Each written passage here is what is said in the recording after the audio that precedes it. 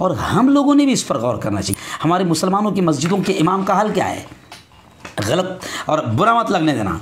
जो लोग रोड और नालियाँ साफ़ कर रहे हैं, या जो लोग स्कूल में ट्विंकल ट्विंकल, मैं हर मेरे बयान में कहता हूँ कि जो लोग स्कूलों में A for apple, B for ball और सी फॉर कैट और डी फॉर कुत्ता पढ़ा रहे हैं और ट्विंकल ट्विंकल लिटिल स्टार पढ़ा रहे हैं, उन लोगों की तनख्वाहें 30,000, 40,000, 50,000।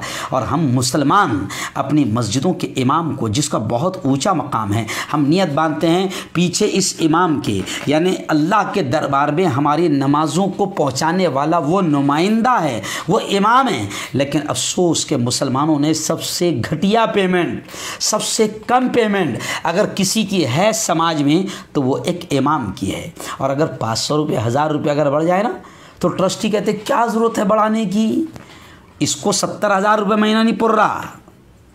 ये टीचर है या कोई सरकारी ऑफिसर है, 70, 80 हज़ार रुपये इसकी पेमेंट है, फिर भी धरने दे रहा, आंदोलन कर रहा कि 7वां वेतन लागू किया जाए, पेमेंट बढ़ाई जाए। और जब यही शख्स किसी मस्जिद में नमाज पढ़ता है, मुक्तदी है या उस मस्जिद का ट्रस्टी और जिम्मेदार है, ये कमबख्त हज़ारों लाखों रुपये कमा रहा, चाहे बिजनेस के ज़रिए से, लेकिन अपने इमाम की तनख्वाह ये ज़्यादा देने पर तैयार नहीं है। बल्कि इमाम की तनख्वाह अगर 5,000 रुपये से ऊपर पहुँच जाए तो इसका बीपी हाई हो जाता है कि इमाम को इतनी तनख्वाह। मेरे भाई, इमाम और मौज़िन ये जो मस्जिद में खिदमत अंजाम दे रहे हैं, इनका बड़ा ऊंचा मकाम है, बड़ा ऊंचा मर्तबा है। हम इनकी तनख्वाहों पर ज़रा गौर करें। और वो ट्रस्टी जिनको हज़ारों रुपये आता है चंदों के ज़रिए से, या मस्जिद की ज़मीन, वक्फ, दुकानों के ज़रिए जिनको हज़ारों रुपये आता है, वो कोई बैंक में जमा करने के लिए नहीं आता है, बल्कि वो इमाम और मौज़िन की तनख्वाहों पर ख़र्च करे।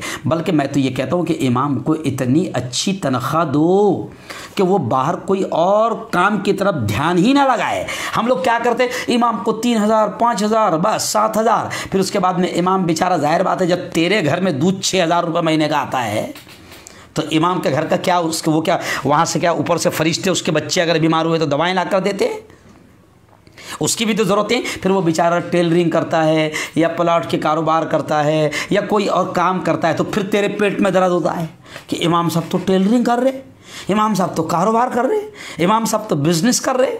तो खुदा के वास्ते ये जुल्म मत करो और जालिम मत बनो, जालिम ट्रस्टी मत बनो।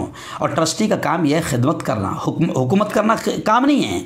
इसलिए ट्रस्टियों से गुजारिश है कि इस चीज़ पर ज़रा ध्यान दें और इमामों का की कदर